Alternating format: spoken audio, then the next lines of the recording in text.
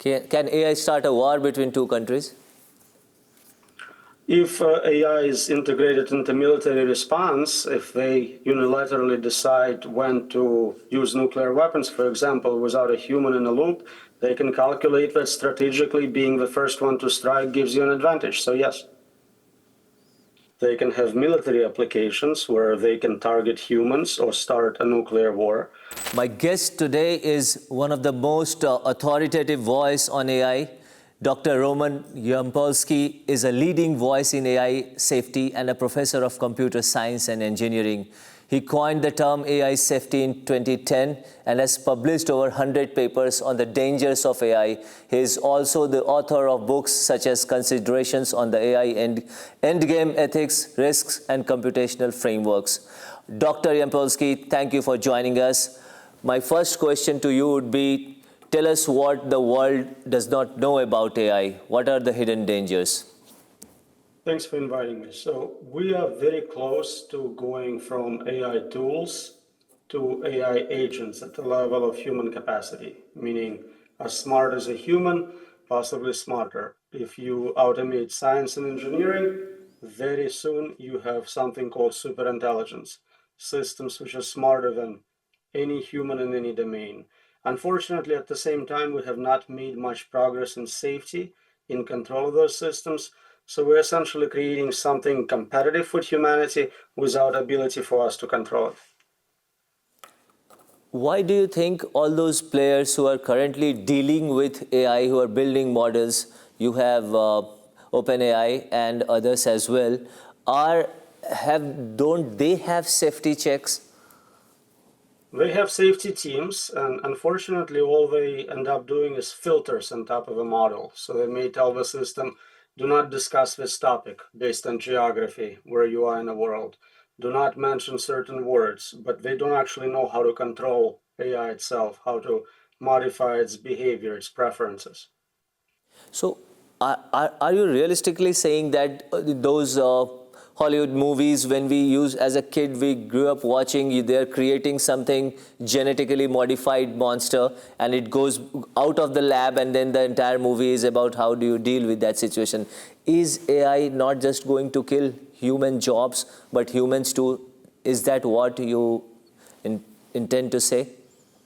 Right, so the movies you grow up with usually about physical dangers. You have robots, terminators chasing someone. That's not the problem we are concerned about. If you have advanced intelligence and you are given access to internet, access to synthetic biology labs, you can do things without ever physically being in a world. You can hire humans to do things for you with Bitcoin. You can synthesize new viruses. You have many opportunities to cause a lot of damage without having a physical body. Okay, different governments are facing a challenge today that if you do not jump on the bandwagon and do something about AI, the world is going to race ahead and you will be left behind. So as a country like India or maybe any developing nation or a faster developing economy, the challenge is that if you do not go ahead full throttle on this, you will be left out in the job market or in the world of innovation. How do you think that can be tackled if we worry too much about the dangers of AI at this point of time? All right, so you have to be very careful about not using the same term AI for all these different technologies. You have AI as a tool, really good, really great for economy. You can make people more productive. I highly encourage everyone engage with that. Then you have agents, and agents at level of human capacity, or what we predict superintelligent AI, where we don't know how to control it. It's really a competitor with humanity. So you don't have to create that. Right now, the arms race between US, China, top corporations is to get to superintelligence first. That's a mistake. It's a race to the bottom, and we're all going to regret it. It's a technology of mutually assured destruction. Whoever gets there first gets everyone killed. Instead, countries like India can concentrate on actually deploying useful technology, monetizing it in the economy. The models we have today have not been deployed through the economy. I think there are trillions of dollars worth of opportunity just with existing technology. Dr. Yampolskiy, do you think leaving AI to people like, they may be great innovators, Elon Musk, Sam Altman, but do you think government across maybe United States and people who think about human lives need to step in and put controls and checks and do's and don'ts of AI? It is always a bad idea to give a lot of concentrated power to a single person, no matter how good they are. Great power corrupts, and we don't anticipate those particular individuals to be immune to that. They obviously already have a lot of money, but there is also opportunities for a lot of power. And if they truly believe in what they are saying, they're building technology which would allow them to control the future of the whole universe, humanity as a whole. And so definitely there needs to be systems of checks and balances for any one individual. Are the nations moving in that direction? Not at all. Unfortunately, especially in US, federal government completely ignores all safety concerns and in fact made it illegal for all 50 states to propose AI legislation. So it's basically governments leaving individuals with a lot of money and the technology to get into it without any check. They might come up something in their lab that the humans don't know or the mankind can suffer from. What do you think should the world be more worried about or should be known to people apart from the headlines that we see, like how AI is going to be the game changer in the next century? So most people think that people developing this technology understand how it works, can control it, can make it safe. They are on record as saying they cannot, they have no idea how to do it, and they do have probabilities of doom, meaning probability of something really bad happening as a result of development of this technology in 20, 30%. That's insanely high. Okay, I have seen a lot of your interviews, and in particular, there is an interview where you are talking about the year 2027 and 2030.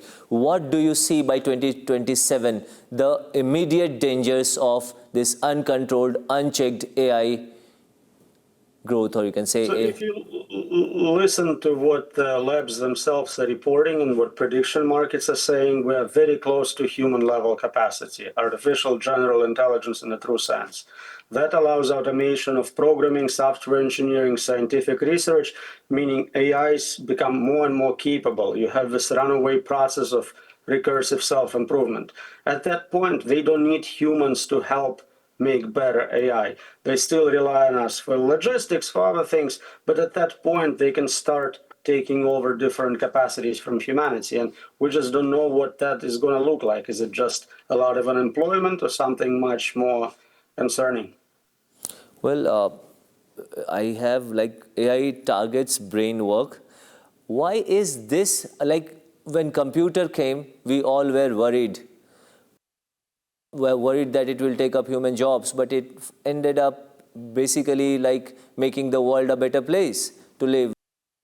We commute faster, we communicate faster, we research fast, and we have all the tools at our hand in a window.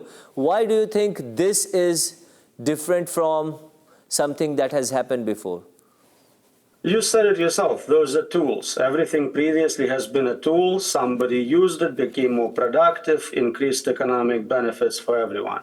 What we're doing now is starting to create agents, systems capable of making their own plans, goals. They don't need a specific human to tell them what to do.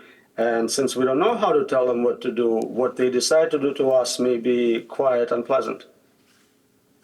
Can AI start a war between two countries? If AI is integrated into military response, if they unilaterally decide when to use nuclear weapons, for example, without a human in the loop, they can calculate that strategically being the first one to strike gives you an advantage. So yes. Okay. Do you see a possibility of people like countries like Russia, US actually implementing AI in its nuclear options? It's very hard for them to resist because if you keep humans in a loop and your opponents do not, you have a disadvantage. Humans are very slow to respond, whereas AI is as quick as it gets. So I think they will be forced to remove humans from the control loop. Okay, that's pretty concerning. People say we can just unplug dangerous AI.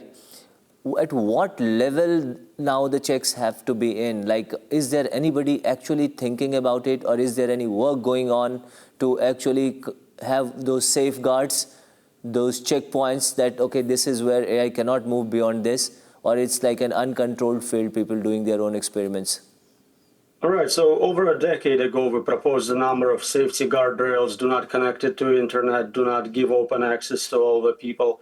Unfortunately, everything we recommended has been completely violated. There is no safety installed by design. There is no ways to shut it down. And unfortunately, as we become more capable, more distributed, it's like asking to shut down internet or Bitcoin. Those things are not possible. Is this a situation worse than probably if the world is to believe that the COVID virus spread from a lab in Wuhan? Is this a more dangerous situation that humankind is sitting on? Well, it has potential to be a lot worse. So, for example, COVID virus had very little degree of actually killing people, right? It wasn't very lethal. If you think of something like Ebola virus, but yet something which spreads like a flu, maybe has a long incubation period like AIDS virus, all those capabilities can be combined in a lab. So you can create a synthetic virus which is guaranteed to infect everyone, kill everyone, and we would not even know for years about it. Doctor, you have done a lot of reading and research work on this. I want you to list 3 immediate dangers of AI by 2030 or 2027. Why 2030? Let's keep it at 2027, the 3 most immediate dangers of AI.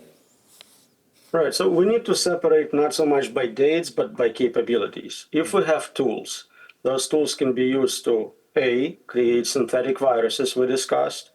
They can have military applications where they can target humans or start a nuclear war. That's a possibility. The moment we switch from tools to agents, and the superintelligent kind, where we no longer understand what they do, they can invent new physics, new weapons, new capabilities, my ability to predict goes to zero. You cannot anticipate what a smarter agent would do. So short term, we understand unemployment, synthetic bio, kind of the same problems we had with humans, with terrorist groups, but much more easier, automatable, more accessible to people with maybe less resources. The moment we switch to superintelligent agents, we have no capacity to predict. At that point, we no longer can compete with those systems. Okay. Can you tell me one example of AI gone wrong so far? Like people are working on different models of AI in last couple of years. Any example that you may have come across with your experience that went horribly wrong? Right. So the problems are relative to the capacity of systems. So then we talked about tools. I actually collected AI accidents. Anytime you had a tool designed to do X, it failed to X. You had a self-driving car, it would kill a pedestrian. Okay. Very predictable. When we're starting to go to more general models, the latest GPT-5 model is an example. This is more experimental setup. We're not actually deploying them with control of weapons just yet. So in the lab, we saw situations where the models lied, cheated, blackmailed, tried to escape, sacrificed the human if their own existence was in danger. So we definitely see a lot of the things we predicted as what a smart, rational, game theoretically optimal agent would do to get their goals show up already in the lab. Okay, okay. A lot of people, I'm telling you this from my personal experience, these days if they are having some anxiety, depression, they go to things like ChatGPT, they put all their personal health informations over there. Can that AI also probably use it against the individuals trying to seek help from AI and then force that person into do something ridiculous, something that can hurt him? Is that also a possibility? Not today's models, they're not at that level yet, but you're giving up a lot of privacy, a lot of your data, which can be later used to blackmail you, is now available to those companies for future training of AIs. And I think future models can definitely learn about your weaknesses and use them to manipulate you. Dr. Yampolskiy, three guardrails that I know this is a conversation that probably would be heard by a lot of people in policy making, a lot of people who are who are in leadership roles and will take a decision one day. I want you to list out three guardrails that one should actually have before going out for a complete AI shift. So the only recommendation is do not build general superintelligence, ever. It's not controllable, it's not possible to assure indefinite safety, it is beyond our capacity to verify self-improving code. So concentrate on useful narrow tools. You can use them to solve diseases, to grow economy, lots of great applications, but do not make that shift from useful tools where humans are still in control to general agents where we are no longer in charge. So if I can probably decode it for audience who are listening to us, you're saying that you make tools that benefits humankind, but keep a human person in charge of that tool, right? As much as possible. I mean, in certain domains, there still be limits on what a human can do, but if it's a narrow tool, it has no capacity in other domains, it's a lot safer than a general system capable of creating novel physics, novel science, and plotting strategically against us. Dr. Yampolskiy, I think that was indeed a wonderful discussion, like very enlightening. I can assure you that we will try and make this reach out to many people. Thank you for joining us.